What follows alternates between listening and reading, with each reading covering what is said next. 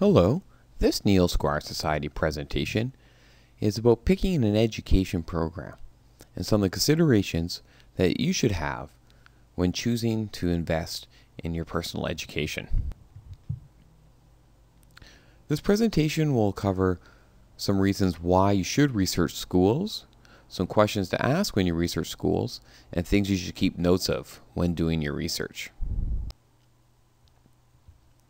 You should certainly research more than one school when looking at furthering your personal education.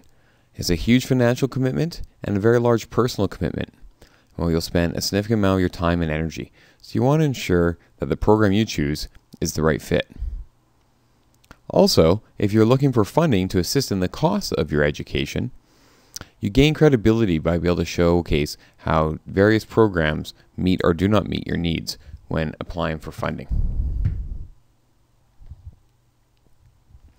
At the bare minimum, when researching different education options, you're going to definitely need the institution contact information, whether you receive a certificate or a diploma or a degree or some other certification, whether there are any prerequisites, courses or work that you need to have done before you can even enroll in that program. You should also ask about the start and finish dates. Some programs can be done in a shorter fashion. Some can be done at a more gradual pace over a longer duration. So it's a good thing to consider when investigating education. You should also get an idea of what the program and course titles are. And of course, you're going to want to get an estimate of the costs. How much is it going to cost you to take this program? And cost is not an easy matter to consider. There's a variety of things to consider. Whether you have some of that funding yourself to cover those costs, what the tuition is, are there student fees or student union dues you'll have to pay? How much are the books? Some courses have all their coursework online now. Others you have to make a significant investment in textbooks and other educational resources.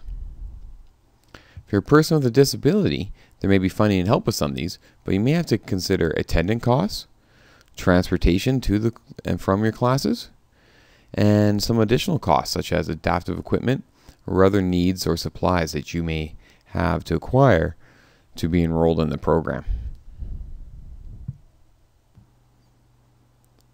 Online education is something you may wish to consider. Opportunities through online learning is rapidly transforming education in communities across Canada and around the world. So this may not be for you, but it may be an opportunity to access training that's not available in your community. Many education institutions offer online training courses. There are even some universities, such as Athabasca University or Thompson River University, which are completely online universities, which means all they do is offer online courses. There's also a rise of open courseware, free online courses that are available to anybody in the world. Some examples of this is iTunes University, as well as the current project between Stanford and MIT to provide free online learning to people around the world. Their goal is to reach 1 billion people. Maybe you'll be one of them.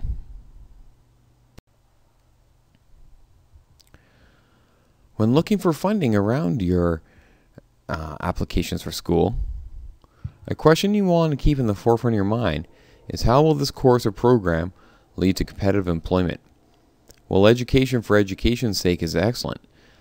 If applying for funding to help you with your education, quite often the funding is tied to labor market attachment. So they are going to be interested in how this course or this program will help you find employment.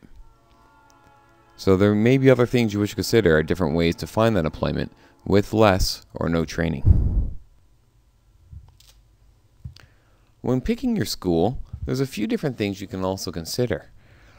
It's sometimes very helpful to interview people through informational interviews or informal meetings that are working in the field that you're interested in, and gain an idea of what programs did they take, or asking employers, when you're looking to hire somebody in this profession, what education do you wish they had? That can give you an idea of what employers are looking for in future employees and help you frame your education. Other sources where you can find this information would be job ads, internet searches, testimonials from the universities, or academic advisors. But certainly meeting and talking with people that are in the field that you wish to enter is an excellent way to gauge where your education efforts should be concentrated.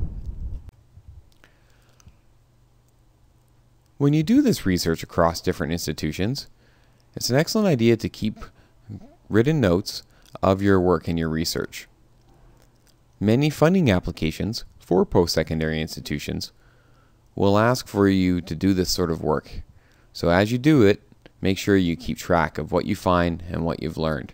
That'll help you and make your future tasks in applying for funding much easier. You'll find with this resource a course research forum that can help frame your work and your research when you're investigating training opportunities. This concludes our presentation on researching different education programs. If you have any questions about this presentation, please ask your assigned facilitator.